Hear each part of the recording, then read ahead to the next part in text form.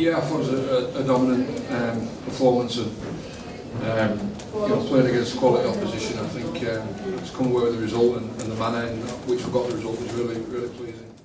I thought we'd made some big strides the last few weeks defensively, but we weren't at the races today. We got dominated by a good Hull FC side for 80 minutes.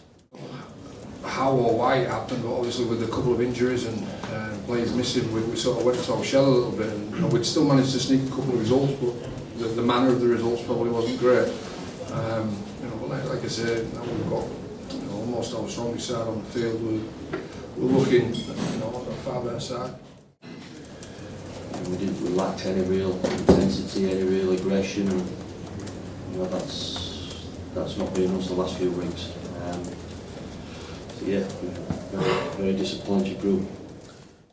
No, we never chased it. Our philosophy is putting our halves and players in position that we can pull the trigger whenever we want, and we pull the trigger off. We had a little bit of joy earlier on with it, and player smarts, I suppose, and Sneedy putting his hand up and just getting his hands on the ball a little bit more. And obviously, when you've got Mark and Vittori on the outside, that helps.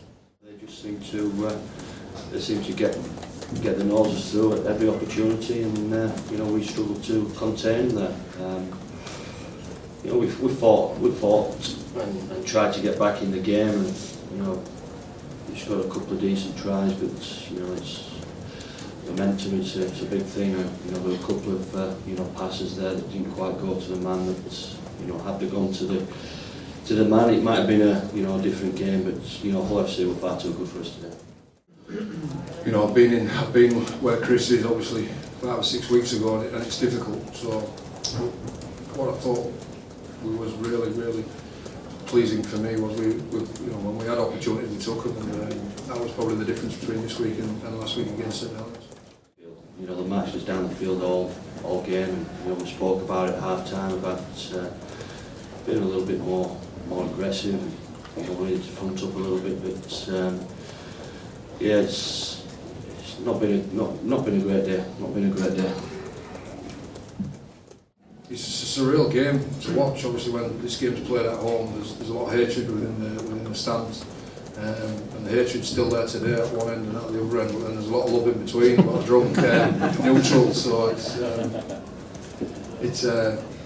been great. And I think the fact that 20,000 tickets have been sold in and around the Newcastle area is fantastic promotion, obviously, for the game, and hopefully that game in particular was a good advertisement. And if it gets 1 or 2 more young lads playing up this area, then that's great for us.